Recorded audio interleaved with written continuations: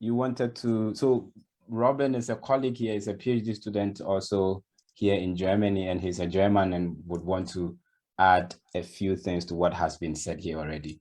Welcome to CEPSA Talk, Robin. Yeah, hello.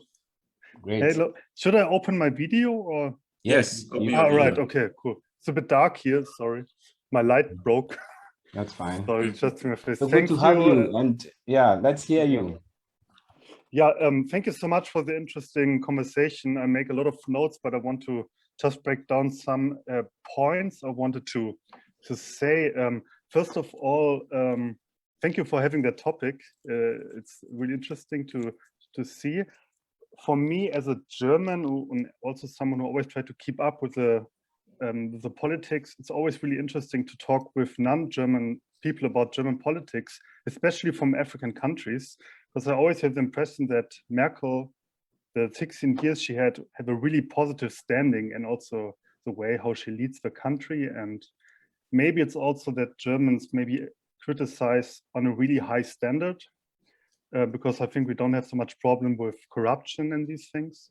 But I think I try not so much to tell about my opinion, more what I think, how German thinks.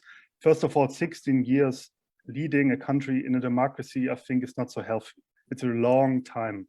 So it's also a problem that some people who grown up with Angela Merkel, they don't know someone else. So first of all, this, whatever you think about it, I think 16 years is just too much in a working democracy.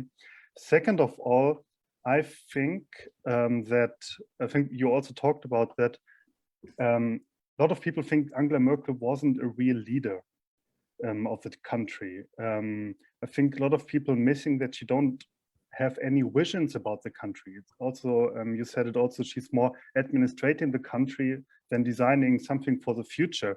And also the things that you also talked about, like with the refugee crisis or with Greece, I think there's always like two sides of it, you know, because a lot of other parties always criticized the Conservative Party, that even 20 years ago, that something like a migration crisis can happen and you have to deal something with it, that it's not happening. You have to help African countries or wherever the crisis is to maybe deal it another way. So, and Angela Merkel only dealt with the situation that she maybe was also part of creating it.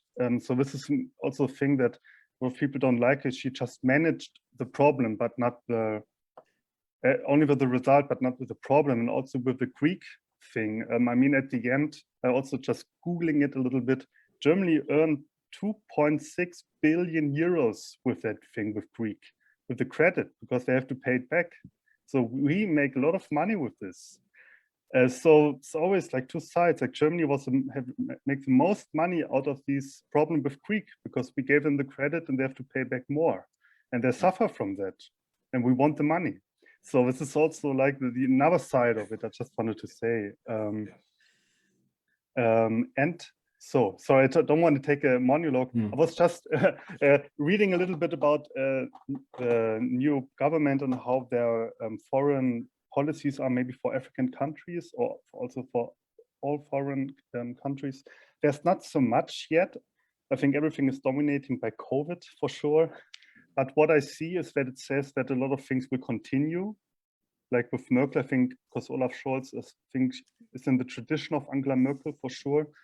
But I see criticism of it because a lot of people in Germany also criticize, especially the development help of Germany, also for African countries, that it's more about the German interests in African countries and not what is helping African countries to be not depending on others.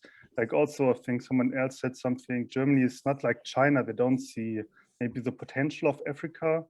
That's definitely true, but I'm also happy that Germany is not like China, because China, I think, have not so much interest to have a strong Africa or a strong African Union. They just have economic interests. And I would hope that also the German government would change their politics, especially in Africa, to help the African Union to get not dependent on their own help.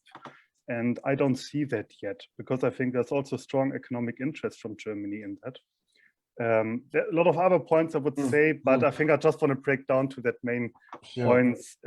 So Yeah, but thank you. Just some points. Thank you very much, Robin, and thanks for emphasizing that Germans have high standards of criticisms. I know AK will believe and laugh with this, but this is very All advanced countries are like that. yeah. They demand more from their leaders. Mm-hmm. Africa is different. We don't demand more from our leaders. And it's something we really also need. And talking about a message from Braco, who says Germany is an inward-looking country. It sees its future in Europe rather than the rest of the world. I think it was also what you were saying. And thank you very much again, Robin. And very soon to end the show, Akosua, I think Prof already started the discussion around what African leaders